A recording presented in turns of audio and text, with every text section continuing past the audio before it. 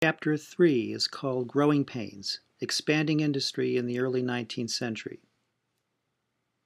David Reitzman notes that after the Continental Wars in Europe in the second decade of the 19th century, there was a substantial upturn in manufacturing activity in the West. The revolution in mechanization began in the 1780s and carried into the first third of the 19th century. Eli Whitney and the cotton gin, preparing the raw cotton for production, and the spinning jenny made cotton more readily available in the West, where it was processed and woven. The printing industry also progressed rapidly. Steam-powered cylinder presses, paper-making machines. We see Koenig's steam-powered printing press, which was operational by 1811, which doubled the output over a hand press. The sloop cylinder press accelerated production by automating the movement of paper, inking, and the movement of type forms. The automation of typesetting followed in the middle 19th century. Engraved metal rollers permitted more complex patterns, which expanded paper wall coverings in larger sizes for more availability in markets at less expense. By the 1860s and into the 1870s, department stores emerged with large plate glass windows, counters, posters, etc. There was more emphasis on fashion and an informed readership. George Elkington, who was the son of a gilt toy and spectacles manufacturer from Birmingham, England, went to work for his uncle in their silver plating business. In 1815, he took over their business upon the deaths and partnered with his cousin Henry Elkington and made use of the relatively new science of electrometallurgy, the mechanization of metal plating. Up to 1840, silver-plated goods were made by rolling and soldering thin sheets of silver over copper. It had been used in Sheffield and came to be known as Sheffield plate. The Elkingtons discovered the best solution for electroplating, and they moved into their large works in Newhall Street, Newhall, which we see here.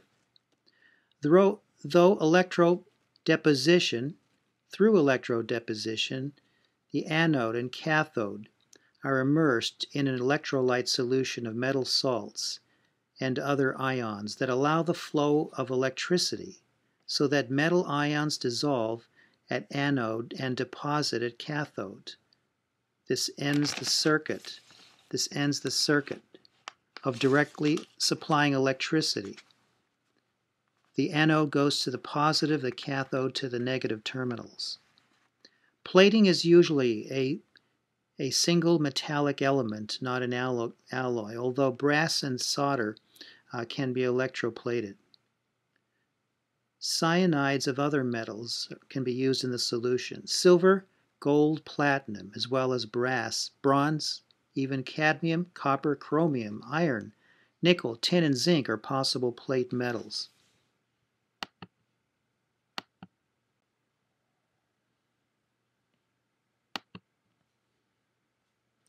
Elkington hired artists and silversmiths from France to design metalwares in traditional styles of the Renaissance and of the 18th century, and also marketed his works at world fairs as those of 1850 and 1862.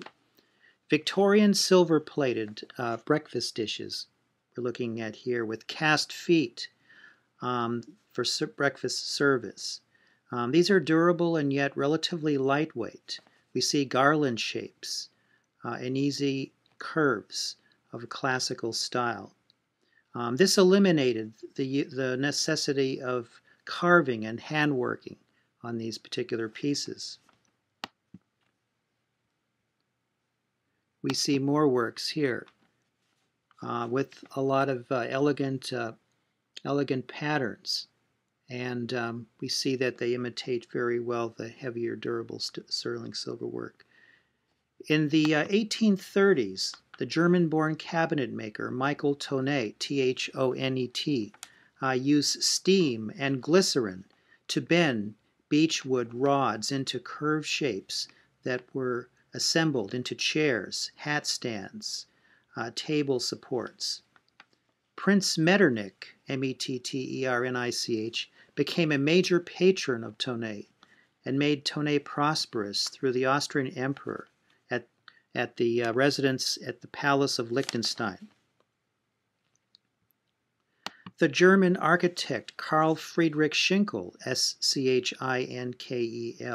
had popularized the use of wrought and cast iron furniture for gardens and parks. Cast iron was also used as an architectural support. You see here heavy X-shaped side supports connected by rods. So we see cast iron used increasingly in industrial buildings, warehouses, bridges, and also for machine casings as well. And here we see a similar garden chair by Schinkel. Paper mache made from wood pulp that is molded and baked to create furniture with elaborate finishes. With elaborate finishes that resemble lacquer and inlay became popular after the mid-century. Most pieces are black, but also we find red and green. The pieces were ornately decorated with flowers and bird patterns, often embellished in gold. We also find pieces that are inlaid with pearl or shell. Jennings and Bettridge was a very prosperous Birmingham, England company with shops in London and in New York.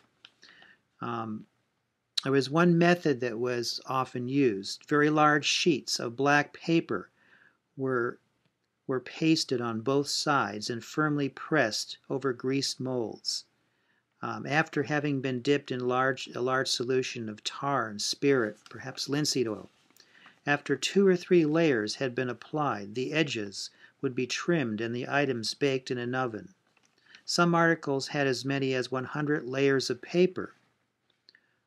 Once dried completely, the item was saturated in linseed oil and baked thoroughly. We find paper mache made into trays, tables, chairs, folding screens, fireplace shields, sconces, and molds for making metal cylinders for rotary printing presses. And here's another chair very similar to the one in your book, and you can actually see the color patterns here very well.